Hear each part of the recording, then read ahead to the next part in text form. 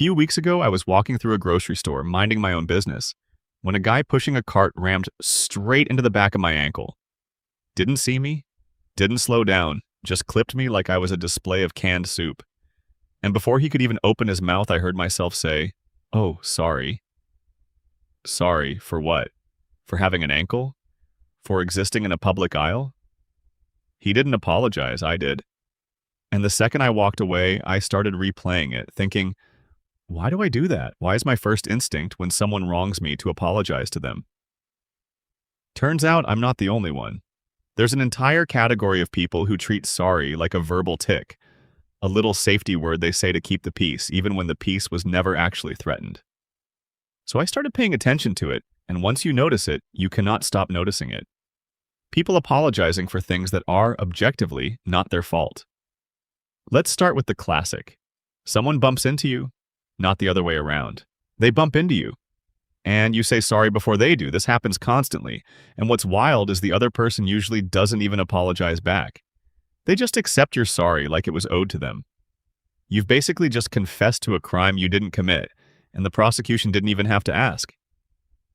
Then there's the workplace version, which is somehow worse. You email a coworker a perfectly reasonable question, something you are fully entitled to ask, and you start the email with, "Sorry to bother you." You're not bothering them. This is their job. Nobody gets hired and told, "Congratulations, you'll be doing tasks, but please understand every single task is technically a bother." But we still do it. Sorry to bother you, but the report is due today? Sorry for the late reply, even when you replied in 4 minutes. Sorry, just following up. Even though following up is a completely normal professional behavior that has existed since the invention of email. There's also the doctor's office apology, which might be the most baffling one of all.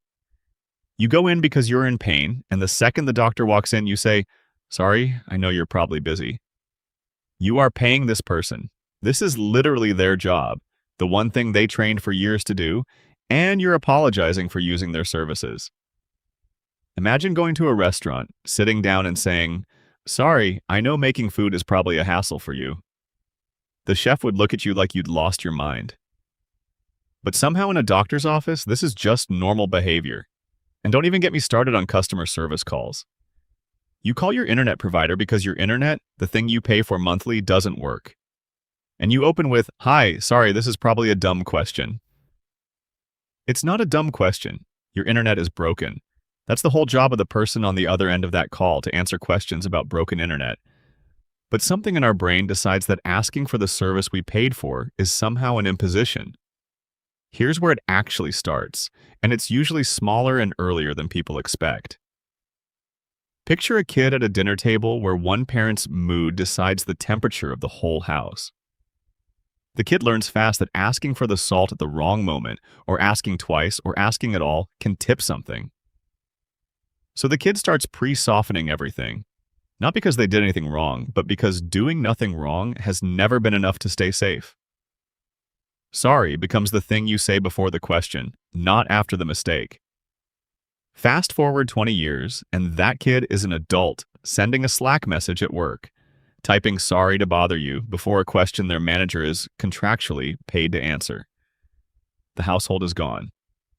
The reflex never got the memo. That's the part that trips people up. They assume over-apologizing is about guilt. It's not. Guilt shows up after you've done something. This shows up before as a kind of insurance payment made in advance to a person who was never going to charge you in the first place. And here's the part that really gets me. Saying sorry that often doesn't even work the way you think it does. You'd assume over-apologizing makes you seem polite, easy to deal with, low maintenance. But it tends to land the opposite way. Apologize for something that isn't your fault enough times in front of the same person, and they stop hearing polite. They start hearing uncertain. The word loses its weight too, the same way a smoke alarm that goes off every time you make toast eventually just gets ignored, even during an actual fire. If sorry is your filler word, nobody knows which one is the real one anymore.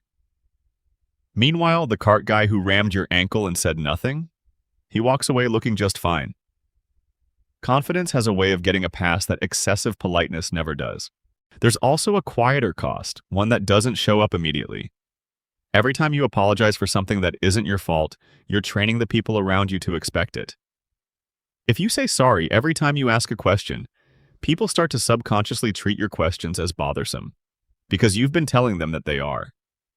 If you apologize every time you ask for something you're owed, a refund, a callback, a correction, people start to treat those requests as favors instead of obligations. You're not just wasting a word. You're slowly rewriting the terms of how people are allowed to treat you, one unnecessary sorry at a time. So what's the alternative? It's not becoming cold, and it's definitely not refusing to ever apologize again. Real apologies, the ones for things you actually did wrong, still matter, maybe even more once you stop spending the word on things that weren't. The fix is smaller than that. It's catching yourself in that 1-second gap before sorry comes out and asking a single question. Did I actually do something here? Did the cart hit me or did I hit the cart? Did I bother my coworker or did I just do my job? Did I waste the doctor's time or did I show up for an appointment I was told to make? A lot of the time, the better word isn't sorry at all. It's thanks. Thanks for your patience instead of sorry for the wait.